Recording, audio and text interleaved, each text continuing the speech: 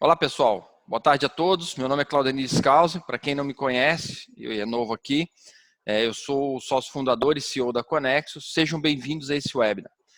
Vamos aguardar um pouco aí, pessoal que está chegando, mandar um oi aí para a gente no chat, de qual cidades vocês são, qual empresa trabalham. Pode também deixar aí as perguntas, as dúvidas que vocês vão ter sobre o tema do webinar de hoje, já vou falar sobre isso também. E a gente vai, com o nosso pessoal de apoio, complementando aí o conhecimento, as informações que a gente vai debater aqui hoje, tá bom? Muito bom aí contar com a presença de todos vocês, grande satisfação. Antes de começar, pessoal, eu queria também pedir que vocês sigam a gente aí nos canais da Conexus, dê um like aí no vídeo, compartilhe com o pessoal aí que vocês conhecem, tá bom? Prestigiar aí a participação dos nossos convidados. Gostaria de apresentar também a Conexus para vocês. A gente atua no mercado há 21 anos, desenvolvendo soluções de tecnologia para o segmento de comércio internacional ou comércio exterior. Quem quiser conhecer um pouco mais do nosso trabalho, pode também acompanhar, né, nossos anos de atuação no nosso site, www.conexus.com.br, e lá você vai conhecer um pouco também do Conexus Cloud, que é a plataforma de gestão empresarial com foco nos segmentos que a gente atua, e também conhecer um pouco da história da Conexus. Temos também um blog, o endereço é bem fácil, blog.conexus.com.br. Nele vocês vão encontrar uma vasta quantidade de conteúdos completamente gratuitos, tá bom? São sempre temas atuais, trazendo informações sobre pesquisas, estudos, novidades na área, principalmente nas áreas em que atuamos, é claro, né? Ou seja, nos mercados em que geralmente a gente está um pouco mais ativo. Também convido você a seguir o nosso canal no YouTube, que é esse canal onde você está assistindo esse vídeo hoje, onde também temos alguns materiais bem interessantes, como, por exemplo, os nossos últimos webinars. Quanto ao mercado que atuamos, temos uma ampla linha de atuação, já dando uma adiantada aqui para vocês, e vamos nesse evento especificamente focar em comércio internacional ou comércio exterior, como alguns preferem chamar, né? É muito amplo aí o comércio internacional. Atendemos grande parte dessa cadeia, tá, do comércio exterior, desde trading company, comercial ou industrial importadora e exportadora, despachante aduaneiro, logística internacional e outros prestadores de serviço relacionados a essa cadeia. É um mercado extremamente amplo, como eu comentei. Nosso site também você vai conseguir saber um pouco mais sobre a Conexus, sobre a nossa linha do tempo, onde falamos, inclusive, os nossos projetos para o futuro, né, desenhado numa timeline. E também os módulos que temos no Conexus Cloud. Você vai encontrar ali informações sobre os 28 módulos que compõem o Conexus Cloud. Bom, pessoal, neste evento, a gente vai falar um pouco sobre o mercado financeiro e a situação hoje da pandemia do Covid-19. E principalmente quais lições podemos aprender. Tá bom? A forte queda dos preços das ações levou a Bolsa Brasileira a acionar o circuit break e interromper as negociações por 3 vezes numa mesma semana, algo inédito na história de mercados de capitais no país. Profissionais das instituições financeiras dizem que trabalham agora com um cenário em que há mais risco da situação piorar antes de melhorar. Por isso a gente convidou aqui 2 sócios da Valor Investimento, escritório credenciado da XP Investimento há 16 anos, oferecendo acesso a alternativas de investimentos no mercado local e global. Aqui comigo hoje está o Leandro Bassi. Dá um oi, Leandro, para a galera. Opa, tudo bem? Beleza, Leandro. Obrigado aí, tá? E Pedro Lang, que teve um problema até com o áudio dele aí. O áudio dele teve um problema aí. Vamos ficar sem o vídeo dele, o vídeo, desculpa.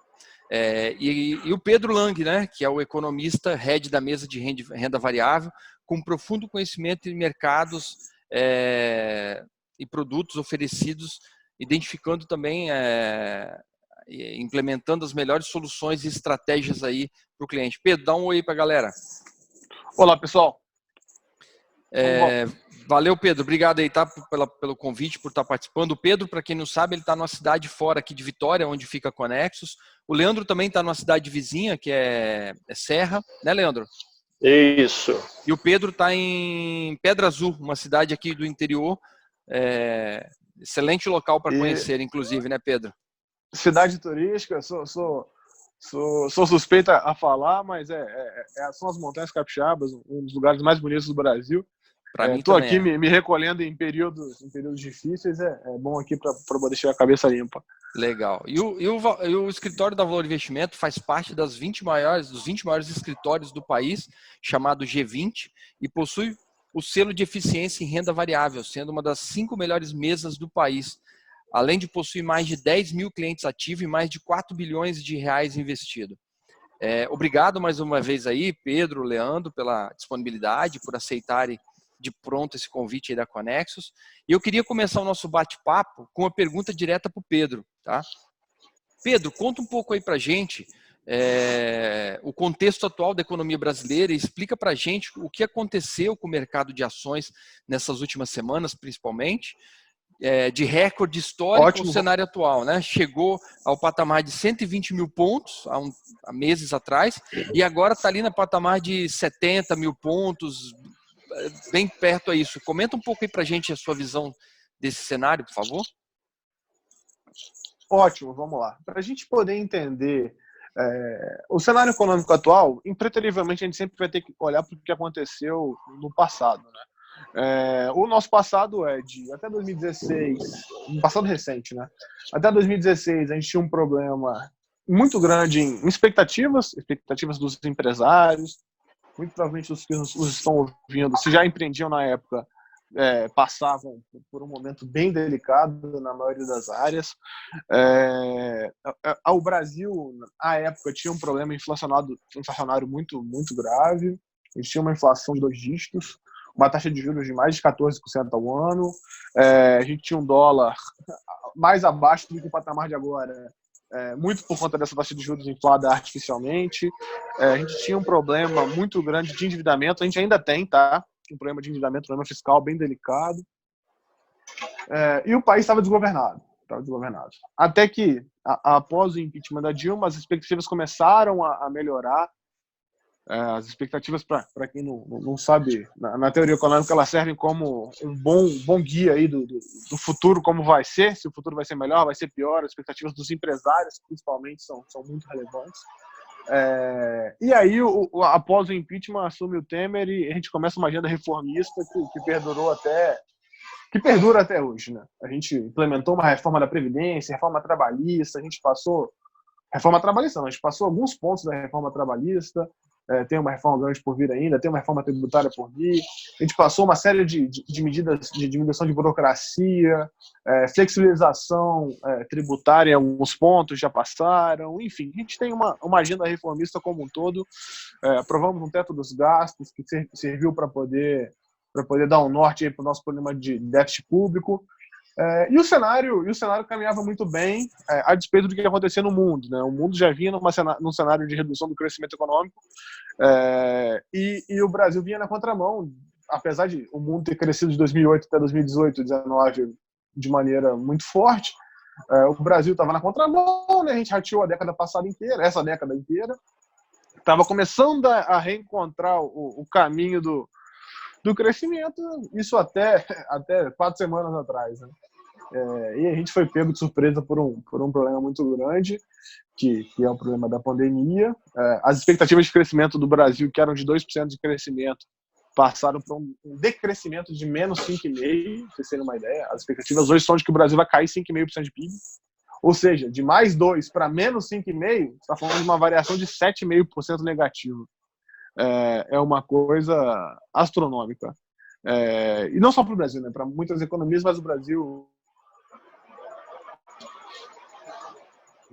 é positivo, super construtivo para a economia brasileira no médio prazo. A gente tomou um jab muito forte aí, veio a lona não, mas a gente está nas cordas com esse problema do Covid. E a Bolsa acabou representando exatamente isso, né? Se você olhar, a Bolsa, ela faz um movimento de fundo a partir do momento que é protocolo do impeachment da Dilma, lá em 2016, e começou a subir muito forte mesmo, até os 120 mil pontos antes do Carnaval. Depois do Carnaval, a gente teve o problema mais rápido da história aí, em termos de correção de mercado para o Brasil. A gente caiu, não só para o Brasil, né, para o mundo inteiro, e a gente caiu muitos pontos. A gente veio parar aí agora na casa dos 70, 75 mil pontos. Chegamos a bater abaixo de 70 mil pontos em coisas de 3 semanas. Foram circuit breaks em seguida, pânico mundial, bolsas fechando ao redor do mundo, e a gente aqui no meio do furacão, não só por conta do Covid, também por conta de uma tensão política interna. Acabou que a tempestade foi perfeita para o Brasil, a gente chegou onde a gente está agora, e a gente conversa com talvez um cenário um pouquinho melhor hoje, já começando a ficar um pouco mais claro, mas a gente já passou por muita coisa. Legal, interessante. Obrigado aí, tá? Pelo esse briefing que você fez. Leandro, quer complementar alguma coisa ou posso seguir? Não, acredito que o Pedro deu uma visão bem ampla aí do cenário econômico pré e a realidade que a gente se encontra. Então, dá para concluir, não precisa estender Legal. muito. E só para fechar a ponte, a gente falou que em 2016 a gente tinha um ambiente de 2 dígitos de juros, 2 dígitos de inflação, a gente estava falando de um dólar mais controlado, mas uma expectativa muito grande, déficit público muito alto. Hoje a nossa realidade 3 anos depois, 4 anos depois, déficit público tão alto quanto, mas já controlado, mas numa trajetória melhor.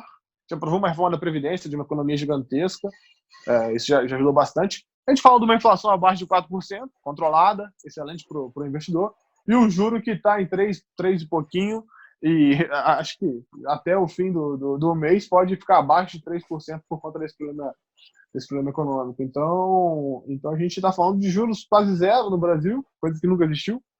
A gente está falando de inflação super controlada e a gente está falando de déficit público encaminhado.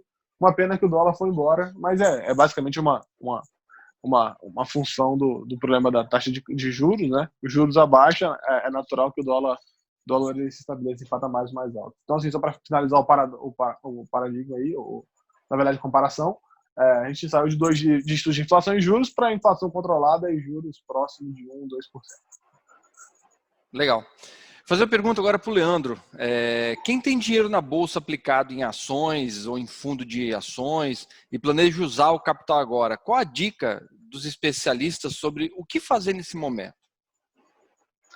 Então, Claudine, a ideia agora no mercado, por conter muitas incertezas ainda, é interessante não mexer. Tá? A maioria aí dos analistas que a gente acompanha, os relatórios, tem feito essa sugestão. A maioria dos gestores até manteve essas posições em aberto. Então, a ideia em si agora é permanecer e tentar aproveitar algumas oportunidades, alguns ativos aí, como o Lang deu uma prévia, deram uma queda muito forte, tiveram o patamar do índice Bovespa caiu e isso é relacionado pela queda das ações que fazem parte do índice Bovespa. Então, a ideia então agora seria permanecer, manter a carteira, ter paciência, ter tranquilidade aí, que essas crises sempre acontecem e sempre vai acontecer, a gente está no meio dela, mas sempre passa. Então, o que a gente ouve muito é isso. De fato, é um cenário um pouco complicado, né, de aceitar, mas principalmente porque tem muita gente nova no mercado, a quantidade de investidores no mercado brasileiro aumentou drasticamente aí com essa queda da taxa de juros, então muita gente migrou de renda fixa até querendo buscar um pouco de rentabilidade maior em bolsa, que foi o que conseguiu no ano passado, mas infelizmente agora com essa questão da pandemia, o mercado em si de ações teve uma queda muito brusca. Então, agora é aguardar, ver, aceitar aí a questão da alocação correta, por isso que a gente até preza muito pelo estudo prévio de uma montagem do portfólio de ações, de uma carteira. Nós, como assessores, estamos preparados para isso, a gente tem o certificado para isso. Então, a ideia em si é alocar uma parte do capital que deixe os investidores tranquilos. Se teve uma alocação maior, isso vai gerar um certo desconforto nessa queda, que é o que a grande maioria fez. Na alta, teve uma alocação muito forte, uma exposição muito grande para ações, objetivando um ganho maior, mas agora com essa queda o problema veio também bem maior. Então aguarda, se tiver a possibilidade de comprar agora, ir comprando aos poucos, gradualmente. Se não tiver, aguarda, tenta não vender agora, tenta usar outro capital. Normalmente o que a gente até monta o portfólio é manter uma reserva de emergência, um capital de liquidez para exatamente ser usado nesses momentos, entendeu? Então seria mais isso. A pergunta que eu fiz, Pedro, ela é bem importante, porque o investidor não profissional que está na bolsa, está com algum ativo que tem alguma correlação com essa oscilação da bolsa, acho que quase todo o mercado financeiro acaba sendo impactado. A primeira ação desse investidor é sair da posição, e aí ele vai ter a perda, né? Se quiser complementar, fica à vontade aí, Pedro, por favor. Exato. A gente vê que esse é um movimento natural, né? O preço do mercado de ações, né? Apesar de a gente estar negociando na bolsa empresas, né? Negócios, como a Valor Investimentos, como a Conexo, são empresas que existem na bolsa de valores. O preço, ele é uma variável das pessoas, né? É uma variável individual, é uma variável que você não controla, ela é comportamental. Então, em momentos como agora, momentos de pânico, é natural que as pessoas se sintam muito, muito, muito tendidas a vender as ações, porque todo mundo vendendo. E a gente adora o comportamento de manada, ele é intrínseco ao ser humano. Se você começa a correr no meio de uma multidão, a multidão toda corre. Então, o que a gente tem que tentar fazer nesses momentos é nos separarmos desse contexto, olhar por fora e tentar passar por isso, né? O Warren Buffett, que é um dos principais gurus aí, ele costuma dizer que o mercado de ações é um mecanismo de transferência de dinheiro das pessoas mais calmas, das pessoas que têm mais paciência, para as pessoas que têm menos paciência. Desculpa, ao contrário, né? Das pessoas que têm menos paciência para as que têm mais paciência. Porque nesse momento é hora de você comprar, de você reajustar seu portfólio. Se você, antes dessa brincadeira toda, você tinha 20% em ações. Vamos supor que sua carteira caiu 50%. Nesse momento, seu portfólio de ações representa 10% do seu patrimônio de investimentos financeiros. O correto seria você retornar com 10% do seu dinheiro, migrar de alguma outra classe de ativo que agora representa mais dentro do seu portfólio para o mercado de ações. Rebalancear a carteira. Esse é o momento de você fazer esse rebalanceamento. Assim como quando as ações subiram 100% nos últimos 3 anos, você que tinha 20% em ações passou a ter 40% do seu portfólio em ações, de uma maneira fazendo uma conta rápida. Você deveria ter vendido 20% do seu portfólio em ações, ou então, poxa, eu quero ter agora 40% do meu portfólio em ações. Então você tem que estar suscetível a esse novo risco. É importante você rebalancear quando existem movimentos muito fortes de mercado, seja o de alta de 3 anos, que a gente teve mais de 100% de alta, seja esse de baixa muito rápido agora, é importantíssimo você ter um rebalanceamento do portfólio para evitar que você seja pego em momentos ruins, né? Então o momento agora é de oportunidade. Foram empresas negociadas na Bolsa a Valor de pechincha. Aqueles que não precisarem do recurso de maneira alguma, sugiro que o mantenham e se posicionem para poder pegar a volta do mercado, porque uma hora ou outra volta. Pode ser que não seja hoje, pode ser que não seja amanhã, daqui a um mês, daqui a um ano, mas uma hora ou outra volta. Pedro, a próxima pergunta que eu já ia iniciar, você já me deu até o gancho para fazer, e vou fazer para você. Qual a recomendação dos especialistas, principalmente para novos investidores nesse momento de incerteza, e quais seriam essas oportunidades que você acabou de comentar? Desculpa, falei um pouquinho, não ouvi o finalzinho da pergunta. A pergunta é quais são as recomendações dos especialistas nesse momento, principalmente para novos investidores, né, nesse momento de incerteza, e quais seriam essas oportunidades que você comentou que estariam acessíveis aí nesse momento? Ótimo. A primeira recomendação sempre é respeitar o seu perfil de risco.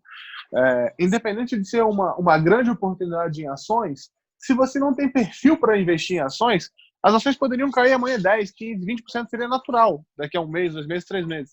Seria normal, faz sentido. A partir do momento que você compra, sempre pode cair 10, 20, 30, 40%. Então, a primeira coisa é, siga o seu perfil. Se você tem perfil para tomar risco, para você investir em ativos de risco, o faça na medida em que você aguenta a volatilidade. Não comece com 40%, com 50%, com 60% do seu dinheiro em bolsa. Comece com 10%, com 5%, vai evoluindo conforme você está se sentindo confortável. Os investimentos em ações não podem tirar seu sono. Essa é a grande regra. Agora, vamos lá. Vamos supor que eu não investi em ações e eu tenho perfil para isso. Ou eu investi em ações e eu poderia investir mais. E aí sim a gente vai olhar para as oportunidades. Tá? A oportunidade ela é nítida. Existem umas empresas que negociam bem próximas ao valor de caixa delas. É uma coisa inacreditável. Empresas negociando a valor patrimonial, empresas que incorporam que não vai crescer lucro nunca mais. Então você tem diversas oportunidades no mercado. O primeiro ponto é esse. Se você tem perfil e tem espaço de alocação para poder incrementar o risco dentro do seu portfólio, o faça, principalmente em empresas de primeira linha agora. Tá? A gente não quer correr nenhum tipo de risco em empresas que podem quebrar, empresas que estão bastante endividadas. O momento não é dessas empresas. O momento é das empresas que são caixa líquido, que tem mais caixa do que tem de dívida, que tem histórico de gestão bem consolidado, equipes que já passaram por diferentes cenários. Vamos procurar esse tipo de oportunidade, esse tipo de empresa. A gente pode elencar várias delas. Pedro, já estou investindo em ações, já estou caindo e, poxa, não tenho um orçamento de risco, para poder aumentar minha exposição, então, poxa, eu vou ficar só esperando? Olha, para quem já desceu com a bolsa, a dica poxa, se você não consegue fazer um incremento de posição para poder retomar a sua exposição dentro do seu portfólio diante dessa correção toda, faça uma realocação entre os papéis que estão dentro da carteira.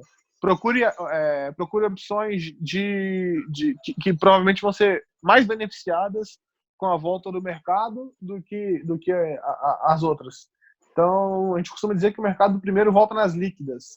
Então, historicamente o mercado sempre voltou nas ações maiores primeiro, nas blue chips. Vale, Petro, bancos, a despeito da característica de cada papel. Né? Cada papel tem um risco diferente. Petrobras hoje, por exemplo, tem um risco do petróleo. Então, eu tiraria dessa cesta. Mas papéis que têm pouca correlação, tem pouco risco individual, então mais atrelados ao que a gente chama de risco sistêmico, que é o beta, que é a própria bolsa, eles costumam voltar primeiro. Então, a dica é, mova-se para as mais líquidas, vá para as empresas de maior liquidez, que elas são as primeiras a pegarem o movimento de retomada da bolsa. Sempre foi assim e a gente espera que continue a ser assim.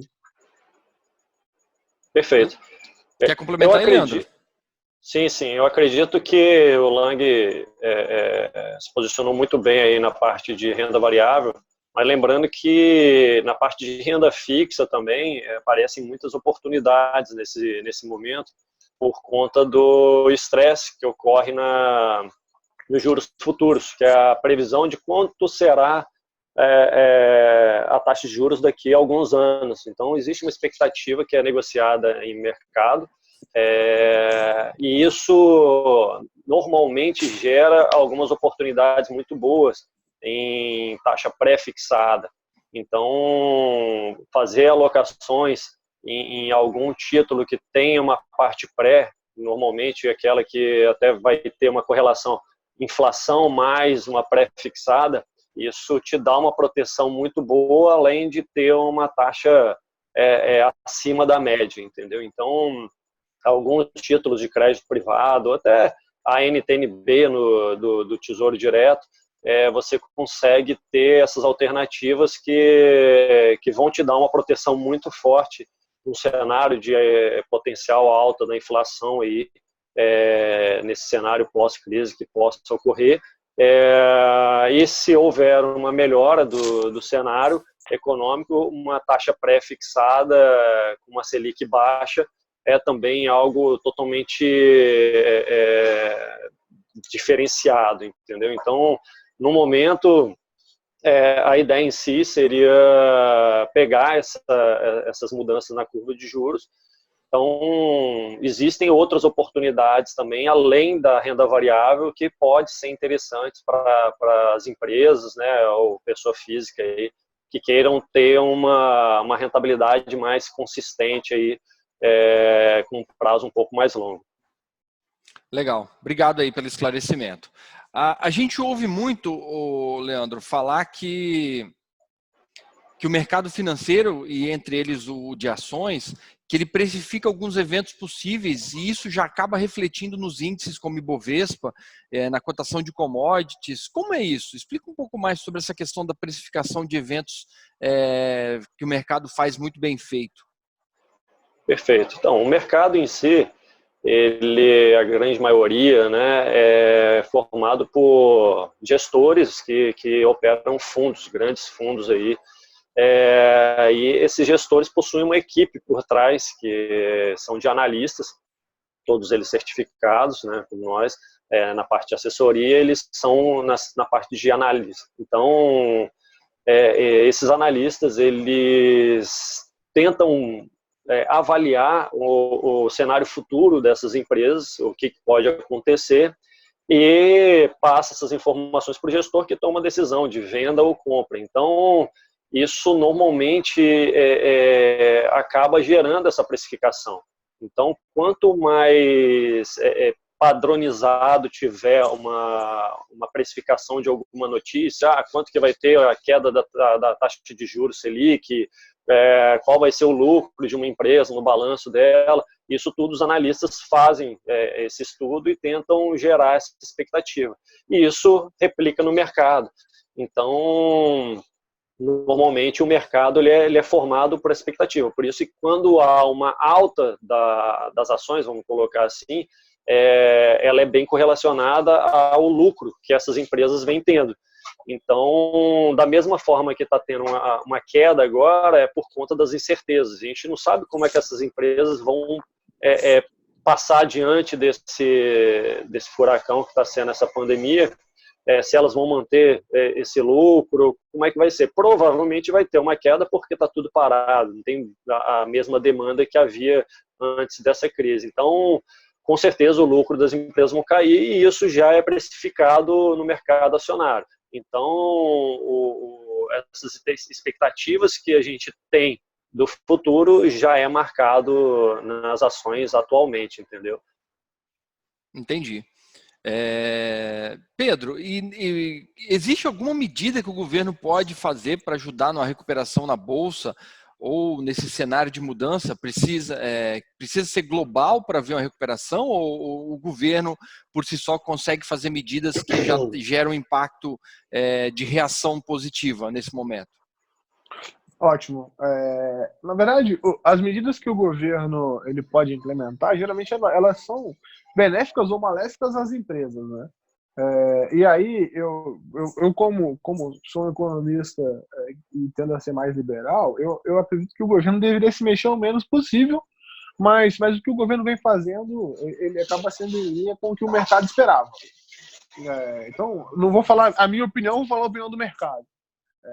O mercado esperava que o governo adotasse a postura que, ou os governos, né? Porque a gente está tendo um movimento que a gente nunca viu antes, né? Um movimento de mudanças e medidas coordenadas entre os governos mundiais, né? A despeito de tudo. Então, o mercado esperava que o governo fizesse política fiscal, como vem fazendo. Para quem nos ouve e não entende, política fiscal é quando o governo ele gasta dinheiro, quando ele bota o forninho lá, liga a maquininha de imprimir dinheiro e começa a gastar. Ou então deixar de cobrar, como ele está postergando o prazo de período de imposto de renda, ele está postergando o recolhimento de alguns tributos, isentando algumas empresas de pagamento de juros, através de bancos públicos. Então o governo botou a mão no caixa, começou a gastar dinheiro, política fiscal expansionista, a gente chama isso na teoria econômica. Isso é muito positivo porque gera... Acho que o áudio do Pedro caiu, né? Caiu. Era isso. Voltou. Que o mercado esperava. Vocês não ouviram o que eu falei? Cortou um pouco, Lang. Só cortou um pouquinho na parte final. Mas só sumarizando, o governo fez medidas fiscais, expansão do gasto público para poder gerar crescimento econômico de uma maneira mais rápida do que algumas outras medidas econômicas. O mercado esperava isso. A grande questão, como a gente falou mais cedo, o governo brasileiro ele não tem tanto cartucho para queimar, porque a gente vem de um problema fiscal, né? A gente vem de um déficit fiscal grande. Então, você vai gastar mais dinheiro. Se você tem um problema de endividamento, como é que você gasta mais dinheiro? Como é que a resposta para um problema econômico pode ser gastar mais dinheiro e criar outro problema econômico? Então, o Brasil tem um armamento limitado. A gente está tendo que tirar de alguns lugares para colocar em outros, para não criar dívida e piorar o problema lá na frente. Mas, de certa forma, quando a gente faz esse movimento econômico, a gente compra o curto prazo e vende o longo prazo. Ou seja, a gente está criando um problema lá na frente. Então, a gente está empurrando com a barriga, de certa maneira, esse problema da dívida. Mas, enfim, era o que o mercado esperava. Do ponto de vista monetário, que é o outro tipo de política econômica que o governo pode fazer, que é a política dos juros, é a política de injetar dinheiro na economia, a gente também fez uma política monetária expansionista. Ou seja, o governo, através do Banco Central, do Tesouro Nacional, recomprou títulos de dívida, encheu de dinheiro o mercado, ele diminui a taxa de juros para poder tornar projetos, investimentos mais atrativos, diminui o custo de capital dos empresários, apesar de não ter chegado ainda, uma hora ou outra chega na ponta. Tudo isso para poder atenuar o problema da crise. Então, a gente espera que essas medidas tenham um contra-efeito ao problema econômico que está sendo criado pelo coronavírus, né? A gente viu que as principais economias do mundo vão decrescer PIB esse ano, de acordo com as expectativas. Então, as políticas fiscais expansionistas elas servem justamente para poder... As fiscais e monetárias expansionistas servem justamente para poder contrabalancear esse problema que está sendo criado pela doença. O futuro dirá se foi suficiente, mas agradou os mercados num curto prazíssimo, e fez com que as bolsas parassem de cair até ensaiassem uma pequena retomada aí. Então, as medidas que o governo está fazendo, a gente só vai saber se elas bastam lá na frente, mas olhando para trás, como foi em 2008, que a gente faz uma crítica de que as medidas não foram rápidas o suficiente, dessa vez as medidas foram bem rápidas e bem grandes. Os Estados Unidos injetou mais de 2 trilhões de dólares na economia americana. 2 trilhões de dólares é mais que o PIB do Brasil. Então, assim, os Estados Unidos vai injetar em um mês o que o Brasil tem de PIB de um ano. Então, a gente pode ter uma ideia do tamanho do movimento e da preocupação com o problema. Só vai saber se foi suficiente lá na frente. Perfeito, obrigado aí pela resposta. Leandro, quer complementar? Perfeito, não. Tranquilo. A próxima pergunta eu vou fazer para o Leandro. O investidor de longo prazo tem as mesmas perdas do investidor de curto prazo? E como o investidor consegue avaliar se esse cenário para tomar as melhores decisões, né? Qual Ok. Ok. Então, o investidor de longo prazo, ele tem um objetivo diferente no portfólio de alocação dele, de investimento, porém, no cenário atual, a parte em renda variável e crédito privado, que tem uma correlação com a taxa de juros futura, né, ou seja, pré-fixada, ele vai possuir a mesma oscilação. Então, de fato, não tem diferença. A questão é o objetivo, né? Um investidor de curto prazo, seja ele day trader ou algumas operações mais curtas, compra ali para tentar realizar um ganho de lucro mais curto, ele vai acabar tendo uma quebra de expectativa se houver uma queda, né? Então, o curto prazo pode acabar ficando para um longo prazo, até ele recuperar ou caso ele use alguma estratégia de saída na perda aí, né? Pelo que eu já vivenciei aí nesses anos que eu estou como assessor, normalmente as pessoas, os investidores, eles não gostam muito de realizar a perda, né? Sai num ganho rápido, mas a perda eles acabam ficando por um prazo mais longo, acreditando numa melhora do cenário. Enquanto o investidor de longo prazo, ele tende a aproveitar esses momentos para comprar mais. Como o Lang complementou numa pergunta anterior, o portfólio de ações que era 20%, ali, se tiver uma queda de 50%, passa a ser 10% da carteira global. Então, ele tende a comprar mais ações nesse cenário de queda para complementar. Então, essa seria a única diferença desses dois investidores, na mentalidade. Agora, o retorno em si vai ser o mesmo. Os dois vão ter queda, vão perder, né, perder o capital mesmo, até realizar a perda no cenário de queda. Então, a questão de avaliar esse cenário, como eu falei, tem muita incerteza, né? Então, como a gente não consegue prever nada, só avaliar as possibilidades do cenário futuro, a ideia em si seria fazer essas compras gradualmente, entendeu?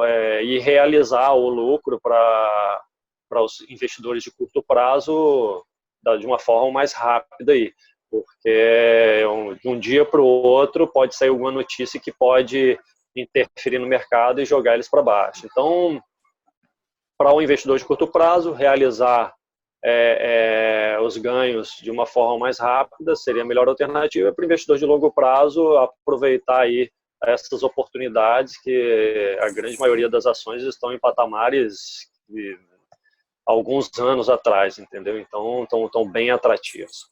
E seguir os conselhos que o Pedro falou agora há pouco, escolher bem o papel, qual ativo que você vai entrar, sim, né? Sim, isso aí Ele comentou aí que os mais líquidos recuperam primeiro, né, historicamente. Sim. Os analistas, eles dão esse apoio para a gente consegue ter esses relatórios, então a gente consegue ter bastante informação para sugerir essas melhores oportunidades, né, que os analistas acabam enxergando aí.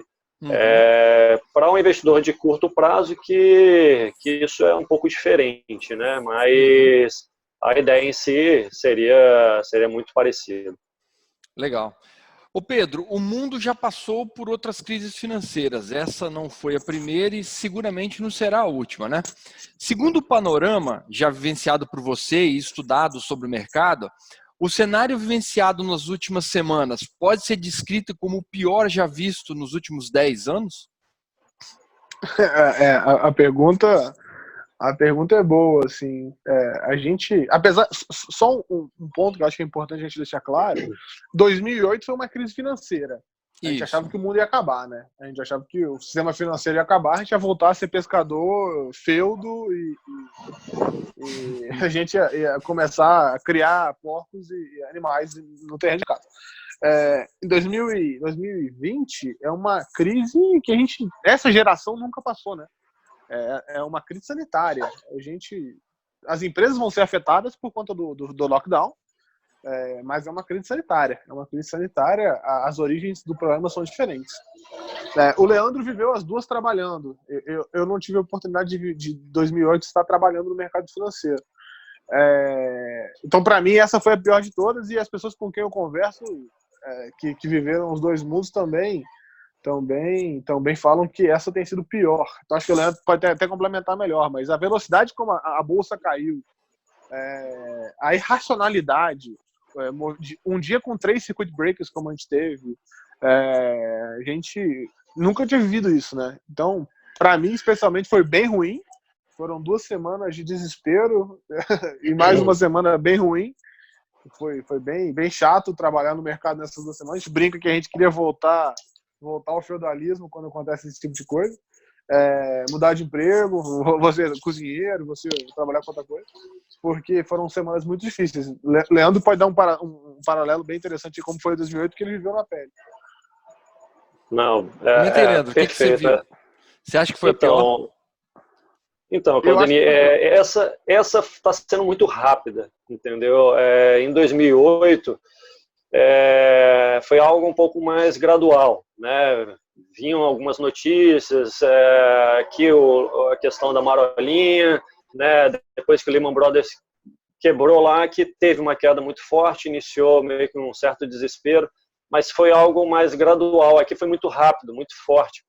Então, mas assim, o sentimento nos dois momentos é o mesmo, de que é o que o Lang falou, que parece que vai tudo acabar, né? Então, para a gente que está nesse mercado tem essa expectativa, imagina quem não está full time nisso, não está participando.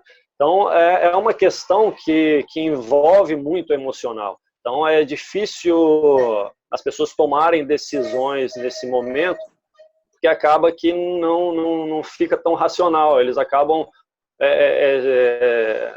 usando muito o emotivo para tomar as decisões.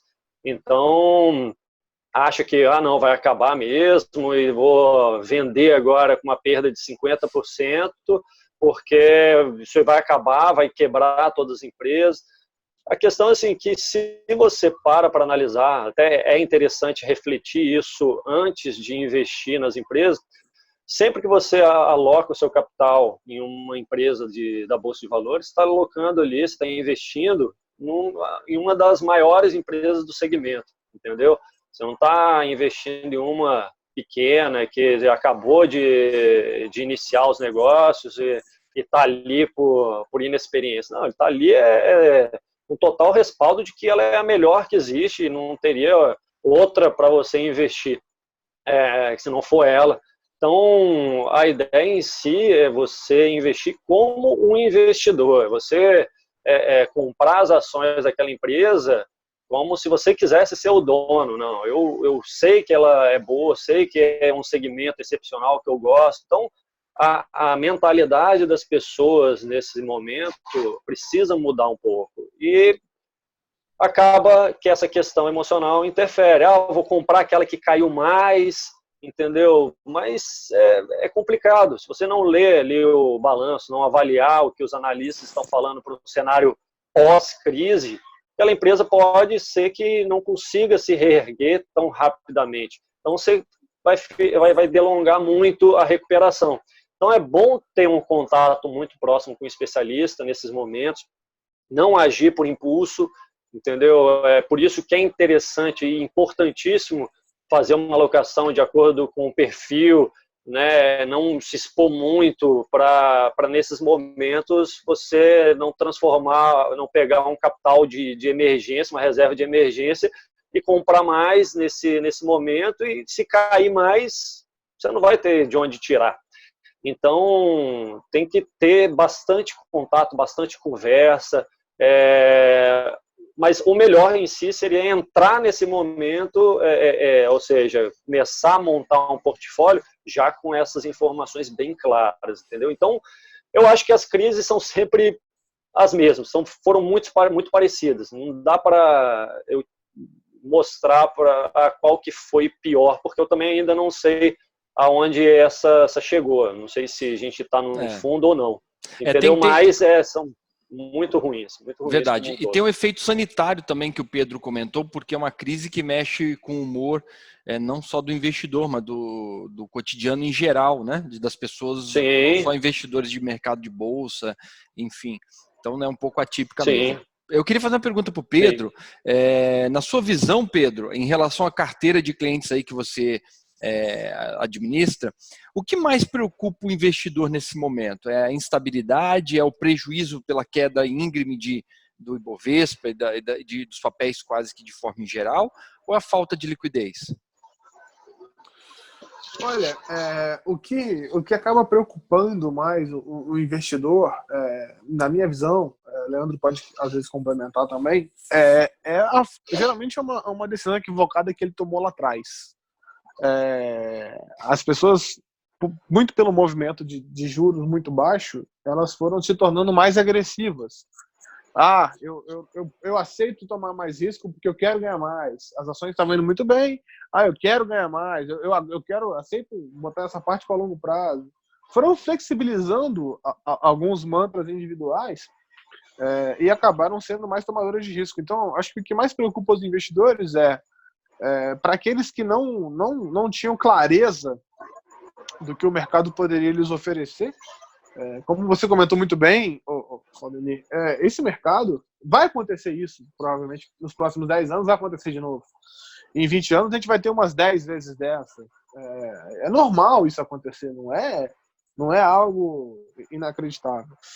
Então acho que a pessoa que flexibilizou um pouquinho essa vontade de entrar na bolsa, ela hoje está se arrependendo bastante, muito por conta dos movimentos e de não imaginar que poderia acontecer da maneira como aconteceu. Se a gente estivesse conversando antes desse problema todo, eu mesmo ia te falar que não estava tão preocupado com esse movimento, assim. Não só eu, né, mas 99% do mercado não imaginava que isso fosse acontecer da maneira como aconteceu. Ninguém imaginava que a gente ia estar em lockdown aqui no Brasil. Ninguém imaginava que a gente ia ter lockdown mundial. Estados Unidos com muitas mortes, Estados Unidos com problema no sistema de saúde. Estados Unidos chegou essa semana a prever 240 mil mortes. Então, assim, a gente está numa coisa que ninguém esperava. E o investidor que mesmo que tenha controle sobre o quanto do percentual do patrimônio está alocado, esse cara começa a repensar, né? A mídia, ela vive de vender notícia. E quanto pior a notícia, mais ela vende, né? E mais assusta as pessoas, né? Só sai notícia ruim. Eu tive a oportunidade de conversar com alguns portais de notícia, até para dar entrevista durante esse problema todo, só se falava disso. Não tinha outra pauta. E aí, a pessoa, o brasileiro médio, o investidor médio que vê jornal, lê notícia, o cara fica desesperado, né? Primeiro porque a família dele está em lockdown, e segundo porque ele está vendo o dinheiro dele desmoronando. Então cria um ambiente psicológico horroroso, e eu acho que isso tudo contribui aí para o desespero, para a preocupação do investidor. Legal. Pedro, sobre as oportunidades em bolsa, alguns setores sempre acabam por se destacar um pouco mais do que outros. O Leandro até comentou, você também comentaram aí da questão do petróleo agora há pouco. De forma geral, quais setores emergem melhores oportunidades em relação a outros? Comentem um pouco para a gente. Olha, é bem difícil. Por isso que na construção do portfólio, a sempre é muito difícil de você acertar qual setor que vai pegar na veia. Mas algumas coisas são nítidas, assim, na minha visão. A gente teve alguns setores que são zero afetados, zero mesmo, assim, afetados pelo coronavírus, caindo 30%, 40%. Te dou um exemplo, o setor de transmissão de energia elétrica, por exemplo. O setor de transmissão de energia elétrica não é nem a empresa que cobra a conta de luz na sua casa, e também não é a empresa da hidrelétrica. É a empresa que tem aqueles postes grandões, o pessoal brinca, Torre Eiffel, que são aquelas linhas de transmissão altíssimas. Aqueles caras, eles são pagos por simplesmente existir. Tem que ter um fio lá. Se está passando energia ou não, o cara não está nem preocupado. Assim, se está tendo geração de energia, o cara ganha. Se não tiver, ele ganha. Se o cara lá do caso do Espírito Santo da EDP, do Rio de Janeiro da Light, de Minas Gerais da CEMIG, não tiver entregando energia elétrica na sua casa, esse cara está ganhando do mesmo jeito. Então esse cara não tem risco hidrológico, esse cara não tem risco de gato, esse cara não tem risco de perda, esse cara tem riscos bem pequenos. Esse cara ganhou 40%. O que mudou no dia a dia da empresa de transmissão de energia elétrica? Nada. Então, na nossa visão, existe uma oportunidade bem interessante nesse setor de transmissão de energia.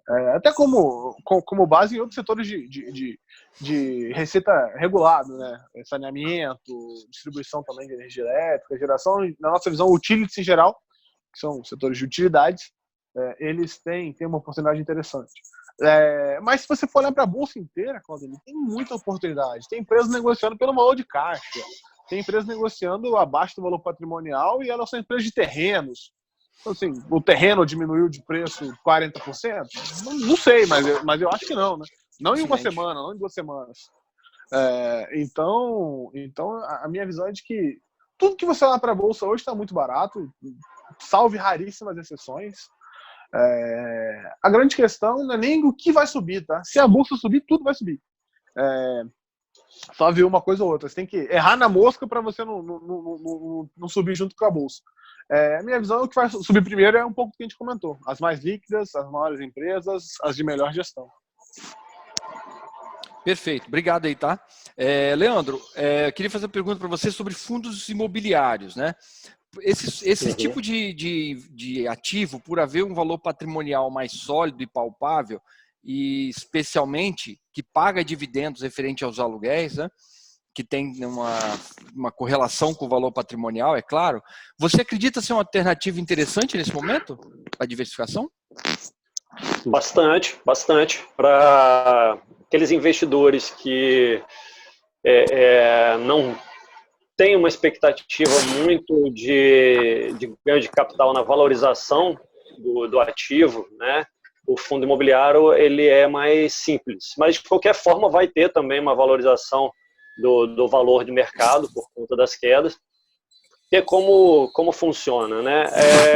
Esses fundos imobiliários, eles assim, possuem alguns fundos que são de ativos físicos, ou seja, é um shopping, é um hospital, é um imóvel comercial, é um galpão, então é um ativo físico que está ali. E a questão é que esse ativo físico precisa de um locatário, ou seja, é necessário que as lojas do shopping, o galpão em si, esteja alocado, né? Então, se não houver isso, essa locação, ou seja, a vacância estiver alta, isso afeta o valor de mercado, mas o valor patrimonial ainda se mantém, entendeu? E então a questão é que, de momento, eles sofrem por conta da vacância e por conta do cenário atual, que as pessoas em si, como eu falei, por um lado mais emocional, acaba vendendo e isso joga o preço para baixo, ou seja, força uma queda, gera oportunidades muito boas. Então, alguns ativos aí que ainda mantêm uma vacância baixa está num patamar de valor de mercado bem baixo também por conta do receio. Mas se você pegar o valor patrimonial com relação ao aluguel previsto a ser pago, a relação é muito, muito atrativa, entendeu? Alguns ativos aí vão ter 0,9% ao mês, podendo chegar até 1% ao mês. Isso já líquido de imposto de renda. Então, a questão teve uma certa interferência nesses ativos para não pagar esses aluguéis. Alguns ativos vão ficar um período sem pagar esse dividendos, né, para os investidores, mas por conta do cenário atual, né, a maioria deles não estão funcionando, de shopping, né, alguma coisa assim. Então, eles param tudo, então eles não distribuem o aluguel, porque às vezes não recebe, fez alguma parceria com os donos das lojas ali, para não pagar o aluguel, para diminuir um pouco essa questão toda. Então, a questão é uma visão um pouco mais de longo prazo, mas é super atrativa. A recorrência que existe no pagamento dos aluguéis é muito boa, entendeu? Mas é interessante esse ponto do fundo imobiliário, porque as ações em si, elas pagam dividendos também, tá? O fundo imobiliário, ele é um imóvel, é um investimento diferente, mas se você pegar algumas ações, eles possuem dividendos também, que seriam os lucros, e nesse momento, provavelmente, os próximos serão menores ou até não terão, se não tiver lucro, né? Então, agora é interessante ter uma reavaliação ou avaliação de se vale a pena uma empresa que paga bons dividendos ou um fundo imobiliário. Mas lembrando que o fundo imobiliário tem bem menos liquidez, por isso essas quedas mais expressivas, e ele é mais fácil também fazer uma análise, porque a correlação ali os aluguéis e o valor patrimonial. Legal. Você falou dos dividendos, né? Eu ia fazer essa pergunta que seria próxima já, você já me deixou o tema já no ar. Nesse momento ainda temos papéis que pagam bons dividendos. Eu queria ouvir de você aí, Leandro, já que você começou, e depois a opinião do Pedro. Então, toda empresa ela teria que distribuir 25% no mínimo aí de dividendos, né? Ou seja, do lucro que ela tem, ela teria que distribuir uma boa parte. A questão agora é se essas empresas vão ter lucro. Então, isso a gente vai ver no decorrer dessa crise. Mas muitos analistas têm feito um trabalho inverso, né? Olhando as que tinham bons dividendos e avaliando ao preço atual de mercado.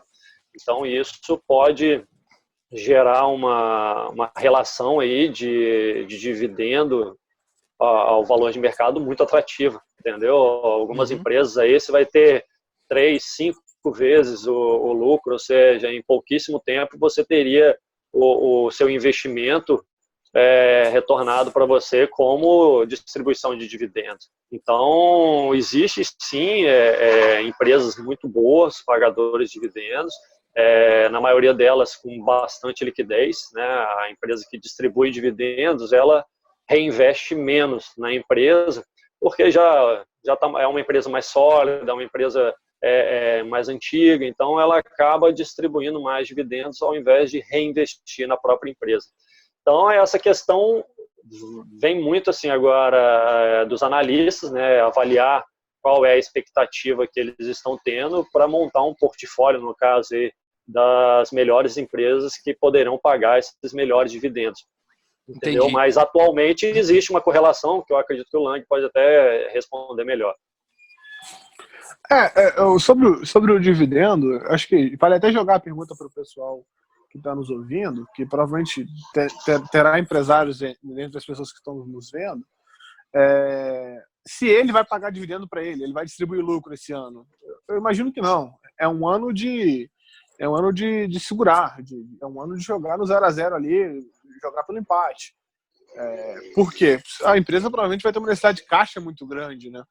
Você não está refaturando, você não está vendendo, você precisa pagar conta, uma série de contas não tem como você não pagar, uma série de custos fixos. Então, boa parte das empresas da Bolsa não pagarão dividendos esse ano. Primeiro ponto é esse. Assim, poucas têm sobra de caixa a ponto de poder pagar via dividendo num momento delicado como esse. Imagino que o mercado vai fazer uma péssima leitura. Salvo alguns exemplos que são historicamente bons pagadores, assim como o Leandro comentou. Existem alguns setores que, primeiro, não sofrem tanto impacto do problema, e segundo, são empresas consolidadas, empresas grandes, empresas que já passaram por um momento de maturação e que não precisam reinvestir o dinheiro gerado de caixa anualmente, porque elas não têm outros projetos para poder financiar. Vou te dar um exemplo que todo mundo conhece. A Vale, ela é uma empresa que ela não tem nenhum grande projeto hoje. Ela está acabando o S11D, que é Carajás, lá no norte do Brasil, que foi um projeto gigantesco, no qual ela gastou bastante caixa, ela se endividou, ela gastou o caixa que ela gerava trimestralmente, e acabou agora, está acabando por agora, e a Vale não tem nenhum grande lançamento de projeto. Imagino que não fará por conta do problema de, a gente comentou, de incertezas.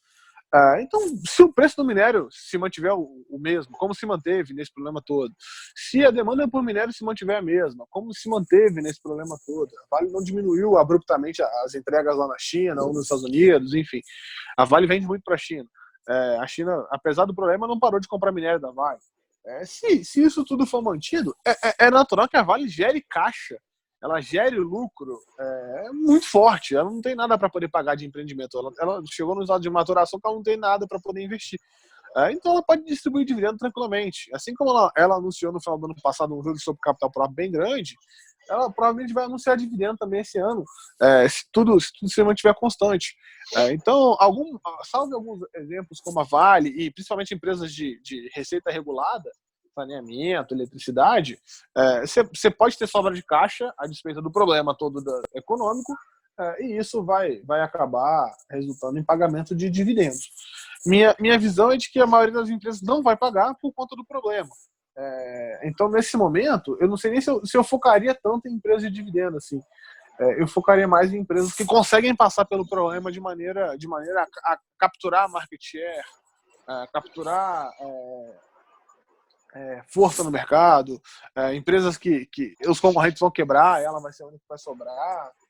Então, eu focaria nessas empresas. Eu não necessariamente focaria nessa taxa de dividendos agora. Legal, legal. Pergunta final, tá? Eu queria ouvir a opinião de vocês aí, que é qual a tendência do dólar no curto prazo? Existem maneiras de aproveitar ou de me proteger desse movimento do dólar? E, principalmente, qual o impacto do dólar nessa balança comercial, baseado nessa expectativa que vocês vão comentar aí? Acho que o Pedro pode começar falando. Fica à vontade, Lang. Essa pergunta para matar o economista, né? Como tem um ditado que diz que Deus fez o dólar para envergonhar os economistas. Essa é a grande verdade. A gente faz projeção de dólar, a gente nunca acerta. Então, assim, é um chute qualificado, no final das contas. Mas, apesar da brincadeira, o dólar ele tende a se comportar em patamares cada vez mais altos, tá, Claudemir? Não estou falando que vai subir, tá? Porque o movimento que aconteceu contra a moeda brasileira foi um movimento muito agressivo. A gente foi uma das piores performances no mundo em termos de comparação com o dólar. Então quer dizer que o real subiu, na verdade o real caiu, né? Porque o dólar subiu. O dólar subiu em relação ao real, mais do que em relação ao México, a Turquia, que a Argentina, países que estão em situação bem piores que a nossa. O real performou muito mal. Muito por conta também da postura do Banco Central leniente em relação ao patamar da taxa. Mas é natural que o dólar, a partir de agora, ele se acomode no patamar mais alto. Tá? Economicamente, o preço do dólar, a relação de troca entre as moedas, ela vai ser uma função da diferença de taxa de juros. Tá? Ou seja, lá no governo Dilma, que a gente tinha 14,5% de juros, e os Estados Unidos tinha 1,5%, 2% de juros, a diferença era de 12%. Né? Então, ou seja, para você investir no Brasil, você tinha um prêmio de risco de 12%. Hoje, a taxa de juros americana é 0,25%, é zero. A taxa do Brasil é 3 e pouquinho. Então, essa diferença saiu de 14 para 13. Desculpa, para 3. Ou seja, são 11% de risco a mais, ou de prêmio de risco a menos. Isso acaba sendo refletido no preço da divisa. A gente já esperava o dólar no patamar mais alto, o coronavírus só fez acelerar esse movimento. O ponto final de equilíbrio do dólar é muito difícil de você descobrir, mas a média dos economistas imagina que seja algo em torno de 4,60. Então, a gente teria até uns 10% aí de valorização com relação ao dólar para poder capturar. Entendi. Leandro, quer complementar alguma coisa aí? Pois acho que essa explicação do Lang ficou bem clara aí. Acredito que pelo menos para as pessoas que estão assistindo aí, se tiver alguma pergunta mais específica, eu acredito que seria mais isso. Só para complementar... desculpa, pode fica falar. à vontade. Não, só para terminar a pergunta, o balanço de pagamentos ele acaba sendo... porque o balanço de pagamentos é dividido, né? Balanço de comercial, serviços e uma conta de ajuste de transferências, enfim. Mas sobre a balança comercial, que é o impacto direto do dólar, a gente tende a ser superavitário, né? Porque a gente é um país exportador em média. Então, a tendência é que a gente tenha uma sobra na balança comercial, tá? Um superávit comercial maior por conta da relação de troca, mais favorável para os produtos brasileiros. A gente tem vantagens comparativas quando a gente tem um dólar mais alto. Nosso produto chega barato lá na ponta, né? O cara chega aqui e compra tudo que ele quiser. O cara troca 5 para 1, 5,5 para 1. Ele compra o que ele quiser. Então a gente tem um produto mais competitivo lá fora, é natural que isso seja refletido na balança comercial de maneira superavitária. Interessante, beleza. Essa pergunta eu fiz ela de propósito porque a grande massa, acredito eu que esteja nos assistindo hoje, tem alguma relação com o comércio exterior. Por isso dessa pergunta ligado à parte cambial. Pessoal, acho que a gente chegou ao fim da entrevista. Obrigado, Leandro, obrigado, Pedro, aí pelo tempo de vocês. Agradeço muito. Tá? Vou convidar o pessoal novamente aí a se inscrever no canal da Conexus, a curtir esse vídeo para ajudar levar esse conhecimento tão interessante, tão rico aí para os outros colegas. Leandro, fica à vontade de fazer sua despedida. Pedro também. Eu agradeço imensamente aí o convite, Claudemir. E convido aí as pessoas que estão assistindo Se quiserem conhecer o nosso escritório aqui em Vitória, a gente tem as filiais em São Paulo, Rio, Brasília e Belo Horizonte, que tem pessoas que podem atendê-los sem, né, compromisso algum, e indicando, sugerindo aí a melhor forma de investir no mercado, diante de algumas estratégias que possam tomar, diante dessa questão do dólar, que para algumas empresas podem ter um reflexo positivo ou negativo, depende. Então, a gente tem os especialistas que podem assessorá-los. Tá? Qualquer dúvida, nosso contato vai estar disponível no link abaixo, acredito. Ao final do vídeo eu vou deixar, a gente vai colocar aqui. Legal. Então, a gente está à disposição no telefone, quem mora um pouco mais distante aí, quem for da região, se quiser agendar uma live, né, esse período agora, uma videoconferênciazinha, estou à disposição. O Lang, nosso especialista aí em renda variável, poderia me dar um apoio aí total no que for necessário, né? E se alguém quiser também, acredito que ele vai se disponibilizar para isso, conversar a respeito de alguma parte mais técnica de algum processo, fiquem bem à vontade, tá bom? A gente está aqui para atendê-los. Legal, obrigado. Pedro. Ótimo. E como consideração final... Opa. Fica à vontade. Como consideração final, primeiro agradecer o espaço, sempre muito, muito legal poder falar para um público selecionado, sempre legal poder expor um pouco da nossa opinião. Muito obrigado aí a Claudenir, o pessoal do Conexus. E como mensagem final, acho que para o investidor, primeiro ponto, tenha calma, o mundo não vai acabar. Apesar de eu ser um excelente pescador, não vou precisar exercer meus dotes de pescaria. A gente vai continuar, a vida que segue. Desde o início dessa crise, todo mundo fala que essa crise tem início, meio e fim. A gente não sabe se está no fim, mas cada dia que a gente passa, a gente está mais próximo, né? O olhar de um otimista. Para quem investe em renda variável, para quem vai investir, a volatilidade, a flutuação dos mercados, ela vai ser algo negativo em termos comportamentais. Você sempre vai ficar angustiado, sempre vai ficar preocupado. Então é normal, fiquem tranquilos. Apesar de ser uma grande oportunidade que está se desenhando, é um movimento que não é para todo mundo. Tem que saber se você tem perfil, procura a ajuda do seu assessor de investimento, da pessoa que você confia, para poder ver se isso é para você. Se for para você, compre boas ações a um bom preço, empresas sólidas, empresas geradoras de caixa. Não façam presepadas, não vá atrás do 100 para 1, 1000 para 1.